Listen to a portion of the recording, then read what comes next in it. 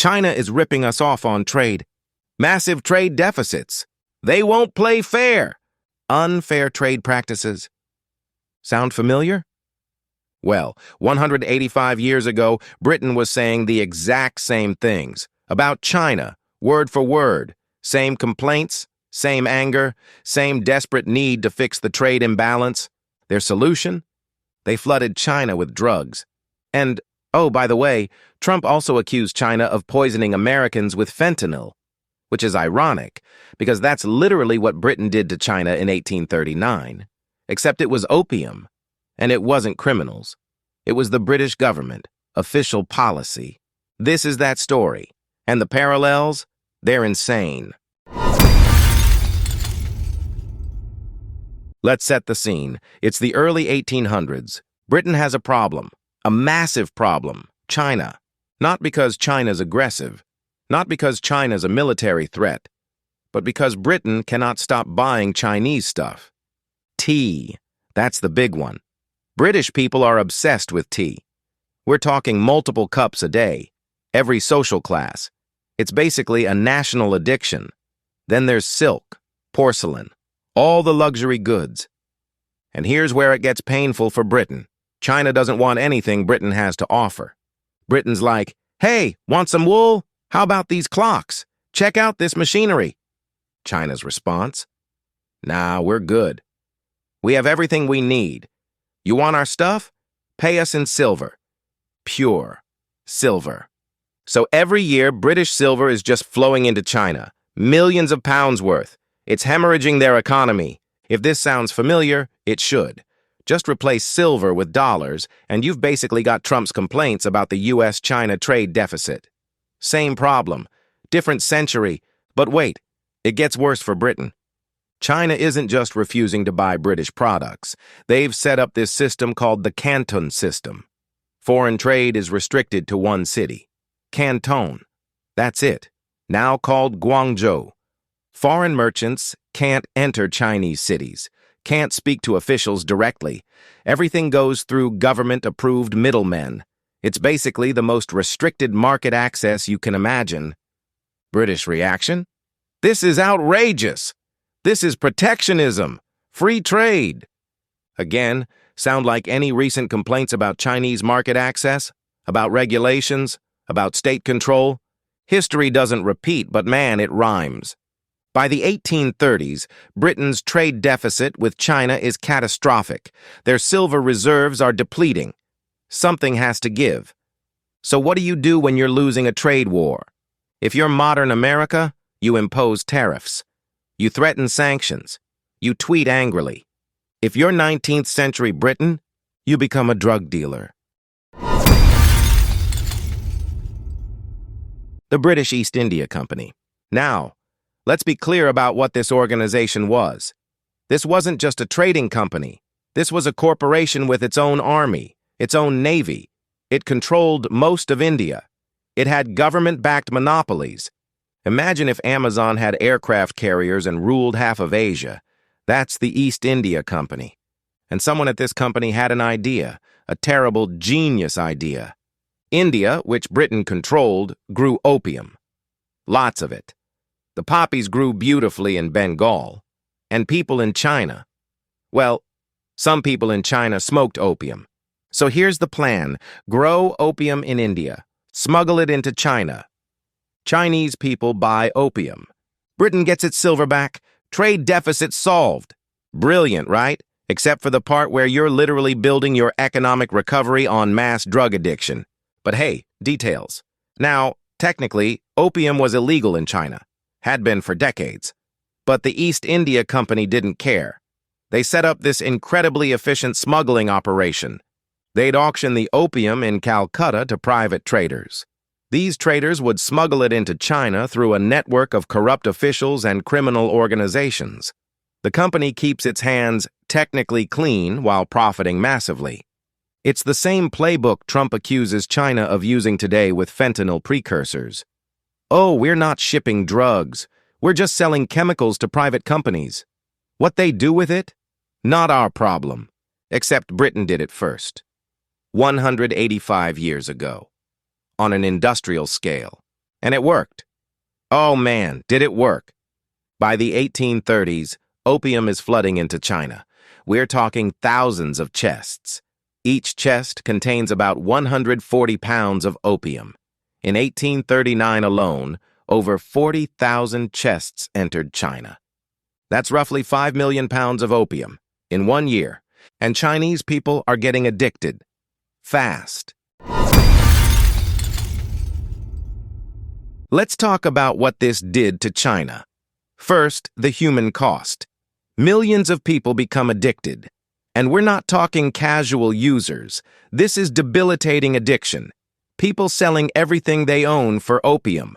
Families destroyed. Productivity collapsed. Government officials, addicted. Soldiers, addicted. The military is literally falling apart because troops are too high to function. One estimate suggests 10 to 12 million Chinese people were addicted by the late 1830s. In a population of about 400 million, that's 2 to 3% of the entire country. Imagine 6 to 9 million Americans addicted to a foreign imported drug. Actually, wait, we don't have to imagine. That's basically the opioid crisis. Except in 1830s China, it was deliberately created by a foreign power to fix a trade imbalance. But here's where Britain got what it wanted: the silver. Remember how silver was flowing into China because of the trade deficit? Well, now Chinese people are buying so much opium that silver starts flowing out. Back to Britain. The trade deficit flips. Britain's economic problem is solved. And this whole time, British officials are talking about free trade. China needs to open its markets. Free trade benefits everyone. The Chinese government is interfering with commerce. Meanwhile, they're systematically poisoning millions of people to balance their trade accounts. The hypocrisy is breathtaking. There's this famous quote from William Jardine, a British merchant who made a fortune from opium. He said the opium trade was the safest and most gentlemanlike speculation I am aware of. Gentlemanlike. He called drug dealing gentlemanlike. That's like calling a fentanyl operation entrepreneurship.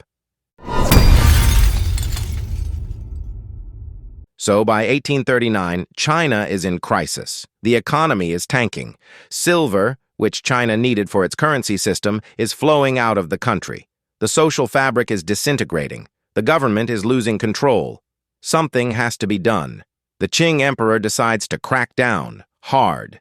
He appoints a guy named Lin Zexu as special commissioner. Lin's job: end the opium trade, whatever it takes. Now here's where the story gets interesting, because you might think this is a simple moral story, right? Evil British drug dealers versus righteous Chinese officials fighting to save their people. But here's the thing. That's not quite what happened. See, when we look at the actual documents, the imperial decrees, the debates in the Chinese court, the main concern wasn't really about the drug addiction. I mean, sure, they mentioned it. But what they were really worried about? The silver. Chinese officials were freaking out about the economic impact, the currency drain. One proposal that got serious consideration was, let's not ban opium. Let's just grow our own. That way the silver stays in China. Wait, what? Yeah. Some Chinese officials literally suggested that instead of stopping the drug trade, China should just become the dealer. Keep the profits domestic. Problem solved. It's like if the U.S. response to fentanyl was, you know what? Let's just make our own fentanyl. Then the money stays here. That was a real proposal. Now Lin Zexu took a harder line. He wanted to ban it completely, stop the trade, save China. But even in his famous letter to Queen Victoria, where he pleads with her to stop the opium trade, the economic argument is front and center. You're draining our silver. It's not just you're killing our people. So Lin arrives in Canton in March 1839, and he's not messing around. He's about to do something that will trigger a war that will shatter China's illusions about its place in the world, a war that will start what the Chinese call the century of humiliation. But here's the kicker. Both sides in this war are going to claim the moral high ground. Both sides are going to say they're the victims. Both sides are going to act like they're the good guys. And the truth? Neither of them are. In the next episode, we'll see what Lin Zexu does, how Britain responds, and how this trade dispute escalates into something nobody expected. But I'll leave you with this thought. When Trump accuses China of poisoning Americans with fentanyl, he's echoing exactly what China said about Britain in 1839. When Western politicians complain about Chinese trade practices, they're echoing exactly what Britain said about China in 1839. The players have changed. The drugs have changed. But the playbook is exactly the same. Next time, the man who started a war by doing the right thing, for the wrong reasons. March 1839, Canton. A Chinese official steps off a boat. His name is Lin Zexu, and he's about to do something that will start a war. His mission? Stop the opium trade, whatever it takes. Sounds heroic, right? Well, wait for it. Lin Zexu doesn't waste time. The moment he arrives in Canton, he goes straight for the throat. He surrounds the foreign factories, these compounds where British merchants live and work, basically puts them under house arrest. His message is simple. Hand over your opium. All of it. Every single chest. The British merchants panic. We're talking about 20,000 chests of opium here. That's worth millions. Their entire business is on the line. They try to negotiate. Maybe we can work something out? Gradual phase out? Compensation? Lin's response. You have 3 days. And he's not bluffing. He cuts off their food supplies, surrounds the compound with troops, threatens to execute Chinese workers who help them. The British are trapped. No way out. No reinforcements coming. Charles Elliot, the British government's chief representative in China, makes a decision. He tells the merchants, hand it over. All of it. I'll take responsibility. Why? Because technically, once Elliot takes possession, it becomes British government property, which means Lin Zexu just seized property from the British Crown. That's going to be important later, so the opium gets handed over. 20,000 chests, 1,400 tons, the biggest drug bust in history. And then Lin does something dramatic. He destroys it. All of it. June 1839. Humen Beach, near Canton. Lin Zexu orders the construction of massive trenches. Workers dig 3 huge pools, pour in seawater, throw in the opium, add lime to break it down chemically. It takes 23 days to destroy everything. Imagine the scene. Smoke rising from the beach, the smell of burning opium drifting across the water. Crowds watching. This is China saying, enough. Lin writes a prayer to the sea god, apologizing for polluting the ocean. He's very concerned about the fish. It's this perfect moment of moral authority. China standing up to foreign drug dealers. One man doing the right thing. Except, remember what we talked about in episode 1? This isn't really about saving Chinese people from addiction. Look at what Lin writes to the emperor. He doesn't talk about public health. He doesn't talk about families destroyed by drugs. He talks about silver, the currency drain, the economic threat. His argument to the emperor is basically, if we don't stop this, we'll run out of money. And that proposal from other officials to just grow Chinese opium instead of importing it, that's still on the table. Lin rejected it, but barely. So yeah, Lin's burning the opium. It looks heroic. But the motivation? Follow the money.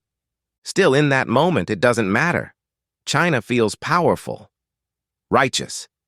They stood up to the foreigners and won. Lin even writes a letter to Queen Victoria. It's this beautiful mix of condescension and logic.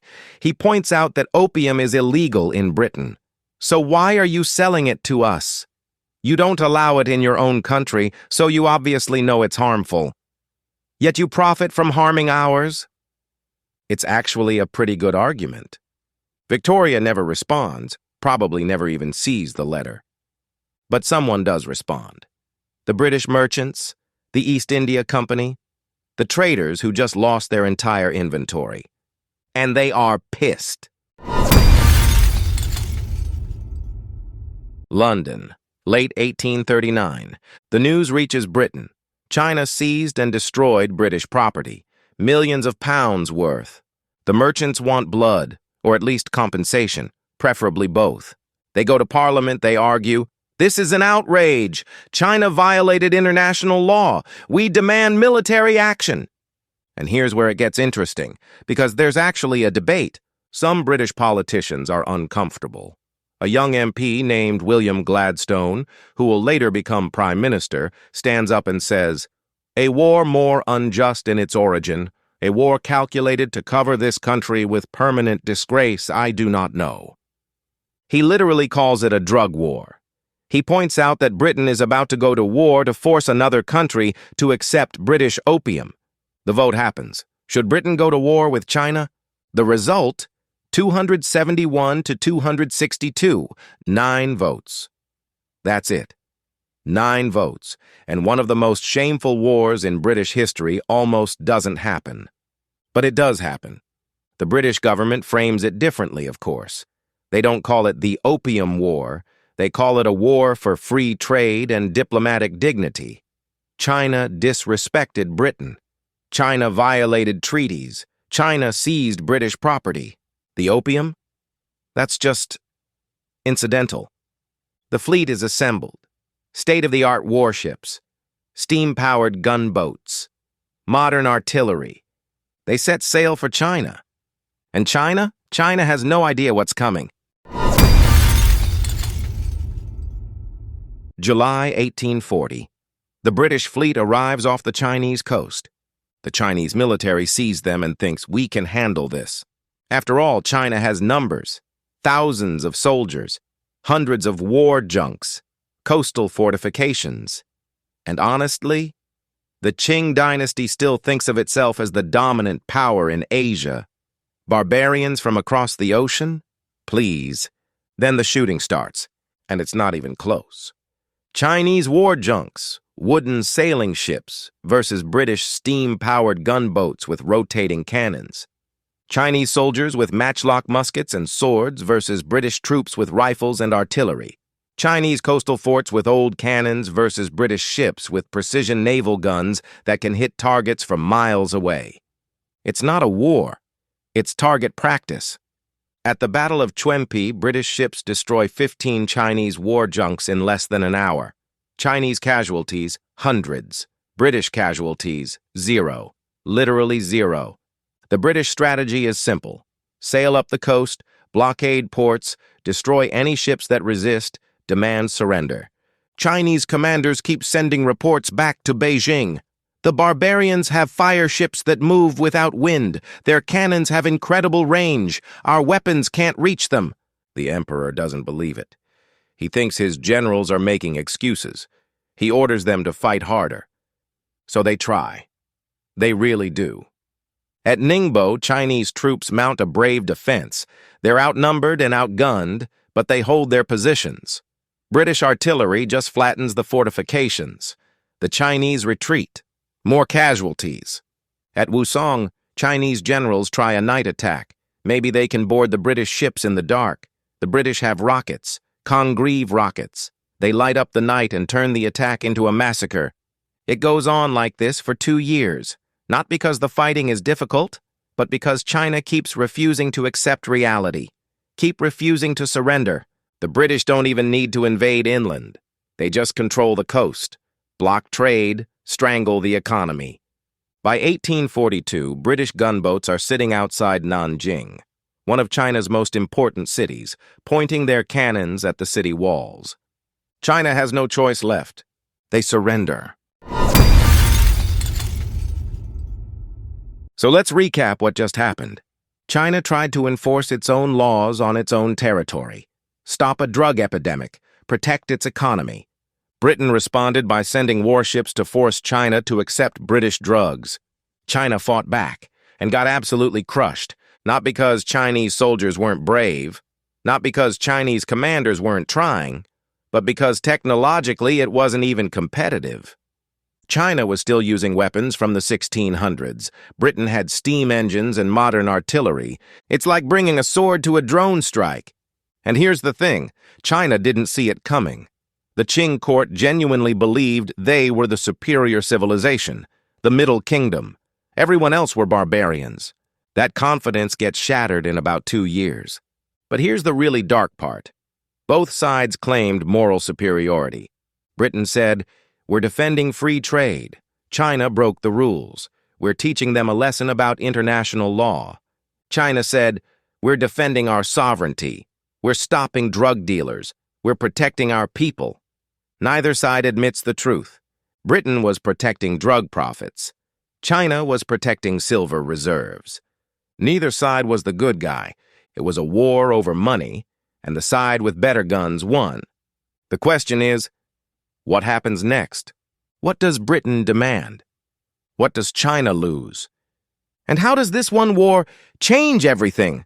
Next time, the treaties that broke an empire, the clauses that shaped 150 years of history. And the question, could it happen again? August 29th, 1842. A British warship anchored off Nanjing. Chinese officials board the ship. They're carrying the imperial seal. They're about to sign a document. They know what's in it. They have no choice. One of the officials is literally in tears as he puts the seal on the paper. What did they just sign? The Treaty of Nanjing, the first of what China will call the unequal treaties. And it's about to change everything. Not just for China, for the entire concept of what a trade war means. Let's talk about what happens when you lose. So what's in this treaty? Let's go through it, because every single clause is designed to humiliate. Clause 1. Pay up. China has to pay Britain 21 million silver dollars. That's about $300 million in today's money. For what? For the opium that Lin Zexu destroyed, for the cost of Britain's military expedition. For reparations. Wait, let me get this straight. Britain forced drugs into China. China destroyed those drugs. Britain invaded China. And now China has to pay Britain for the privilege of being invaded. Yeah. Clause 2. Open your ports. Remember the Canton system? One city for foreign trade? That's over. China has to open 5 ports to British trade: Canton, Xiamen, Fuzhou, Ningbo, and Shanghai. British merchants can live there, do business there, operate freely.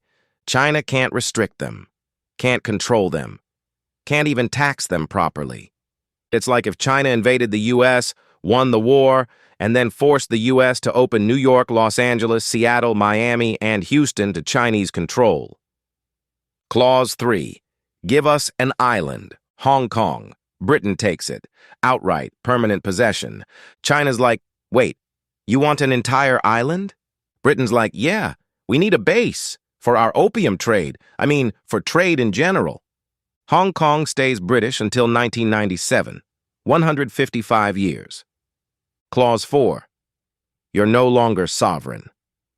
This is the big one. Britain gets extraterritoriality. That means if a British citizen commits a crime in China, Chinese law doesn't apply. British law does. British courts handle it. So a British merchant can literally do whatever he wants in China, and China can't touch him. Murder someone? British court. Smuggle drugs? British court. This is basically saying, your laws don't apply to us. We're above you. Clause 5. We set the tariffs. China can't decide how much to tax British imports. Britain does. Fixed tariff. 5%. That's it. China has no say. Imagine Mexico invading the U.S. and then saying, also, you can't charge us more than 5% import tax. We decide, not you. And here's what's not in the treaty. Anything about opium. The treaty doesn't mention opium once. Not once. Why? Because if it did, Britain would have to admit, yeah, we just went to war to protect our drug trade. So they leave it out. The opium trade continues. Legally ambiguous. But everyone knows it's protected now. China tried to stop British opium, Britain invaded, China lost, and now opium flows more freely than ever. Mission accomplished, I guess? Here's where it gets worse. Once Britain gets these terms, everyone else wants in. The United States shows up in 1844. Hey, we want the same deal. Treaty of Nanjing gets it. France shows up in 1844. Us too. Treaty of Whampoa gets it. Russia, Germany, Japan. Everyone lines up for their slice. It's called most favored nation status. Whatever China gives to one country, it has to give to everyone. China just lost control of its own territory, its own laws, its own economy, and it happened in less than 5 years. But here's the thing that really breaks China. It's not just the economic loss. It's the psychological impact. For thousands of years, China saw itself as the center of the world, the Middle Kingdom, the most advanced civilization. Everyone else? Barbarians who came to pay tribute. That entire worldview just got shattered.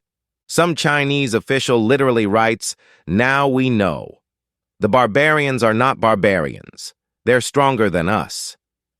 That realization that China is not the most advanced civilization, not the most powerful empire, not even close, it's devastating.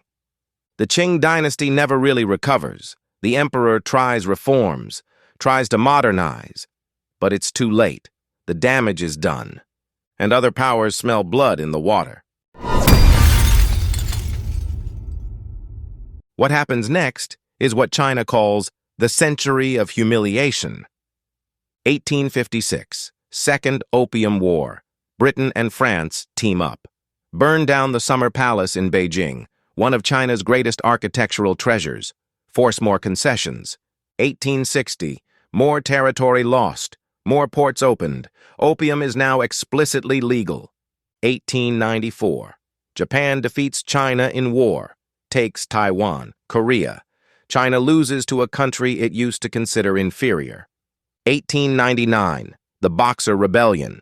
Chinese try to kick out all foreigners. 8 nations invade, crush the rebellion, occupy Beijing, force China to pay even more reparations. By 1900, China is carved up like a pie. Foreign powers control different regions. Spheres of influence, they call them.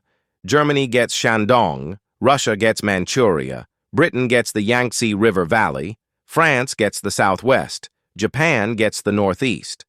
China is technically still a country, but barely. Chinese officials have to get permission from foreign powers to govern their own country. The opium epidemic? It gets worse. By 1906, an estimated 15% to 25% of adult Chinese men are addicted to opium. Tens of millions of people. The economy? Wrecked. Silver keeps flowing out. Industries can't develop because foreign goods flood the market at fixed low tariffs. The military? Humiliated repeatedly. Can't defend their own borders. This goes on for 100 years. From 1842 to 1945. The Qing dynasty collapses in 1911. Republic of China emerges. Warlord period. Civil War. Japanese invasion in the 1930s. More suffering. More loss. It's not until the 1940s, after World War II and years of negotiation, that these unequal treaties finally start getting abolished. The nationalist government begins the process. The communist government continues it after 1949. But the psychological wound? That takes much longer to heal. From 1842 to the mid-20th century, over 100 years of foreign domination, of being carved up, of being told you're inferior in your own country. That becomes part of China's national identity. The century of humiliation, all because of a trade war over drugs. So let's step back. What just happened here? Britain had a trade deficit. China wouldn't buy British goods. Britain's solution? Flood China with opium. China tried to stop it. Britain invaded. China lost. Not because they were wrong, but because they were weaker. And when you're weaker, you don't get to make the rules. Britain wrote the treaty. Britain set the terms. Britain decided what's fair.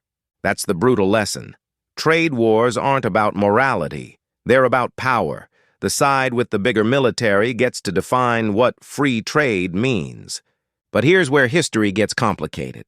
Because as devastating as the Opium Wars were, they did something else. They shattered China's illusions.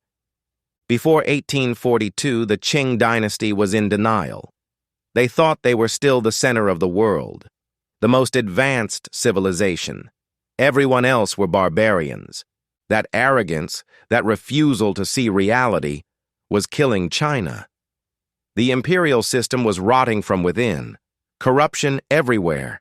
Technology stagnant. The government couldn't even modernize because the emperor and his officials refused to believe they needed to. Then the British showed up with steam-powered warships and modern artillery, and that illusion shattered. Suddenly, Chinese intellectuals started asking dangerous questions. Wait. Maybe we're not the most advanced civilization. Maybe we need to learn from these foreigners. Maybe our entire system is broken. A scholar named Wei Yuan writes, "Learn the superior techniques of the barbarians to control them." That becomes the slogan for reform. The Opium Wars kickstart the self-strengthening movement. China starts building modern shipyards, arsenals, telegraphs, railways. They send students to study in Europe and America. Is this because China wants to modernize? No. It's because they got crushed and realized they have no choice. And here's the really uncomfortable part. The shock of defeat starts breaking down the imperial system. The Qing dynasty's legitimacy was based on the idea that the emperor had the mandate of heaven, that China was superior, that the old ways were the best ways. Well, the Opium Wars destroyed that narrative.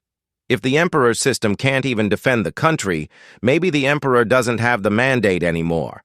This leads to rebellions, reform movements, revolutionary thinking, and eventually in 1911, less than 70 years after the Treaty of Nanjing, the entire imperial system collapses. 2,000 years of dynastic rule, over. Does that mean the Opium Wars were good for China? Hell no. Millions suffered. Millions died. The opium epidemic destroyed generations. The economic exploitation was real. The humiliation was real. But the paradox is, without that brutal shock, would China have ever modernized? Would the imperial system have ever fallen? Or would it have just continued rotting, getting weaker and weaker, until something even worse happened? History is full of these uncomfortable truths. Sometimes catastrophes force change that wouldn't have happened otherwise. Sometimes you need the old system to collapse before a new one can emerge. The Opium Wars were an atrocity, and they were also a catalyst. Both things can be true, but here's what we can't ignore. The way it happened matters. China didn't choose to modernize on its own terms. It was forced to, at gunpoint, by foreign powers who profited from its misery. That's not the same as voluntary reform. That's trauma. And trauma shapes behavior for generations. Remember how we started this series? China is ripping us off on trade. Massive trade deficits. They won't play fair. In 1839, Britain said the exact same things about China. China had a trade surplus. China wouldn't open its markets. China protected its industries with the Canton system. 2025. China still has a massive trade surplus, still restricts foreign access, still protects state enterprises. Back then, the West was buying Chinese goods and bleeding silver. Today, the West buys Chinese goods and bleeds dollars. The Qing dynasty didn't care about opium addicts. They cared about silver outflows. Today's Chinese government restricts labor organizing. They care about export numbers. The Qing used the Canton system to protect government monopolies. Today's China uses market barriers to protect state-owned enterprises. When China says, "We remember the century of humiliation," never again, are they remembering that the Qing's closed authoritarian system made China vulnerable in the first place? When America says, China needs to play fair, Is fair, like 1839, when Britain forced opium into China and called it free trade. In 1839, Britain had the guns. They wrote the rules. In 2025, power is balanced. China has economic leverage. America has military and tech dominance.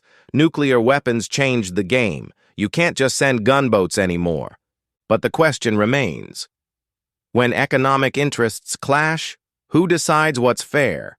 The side that's right or the side that's strong?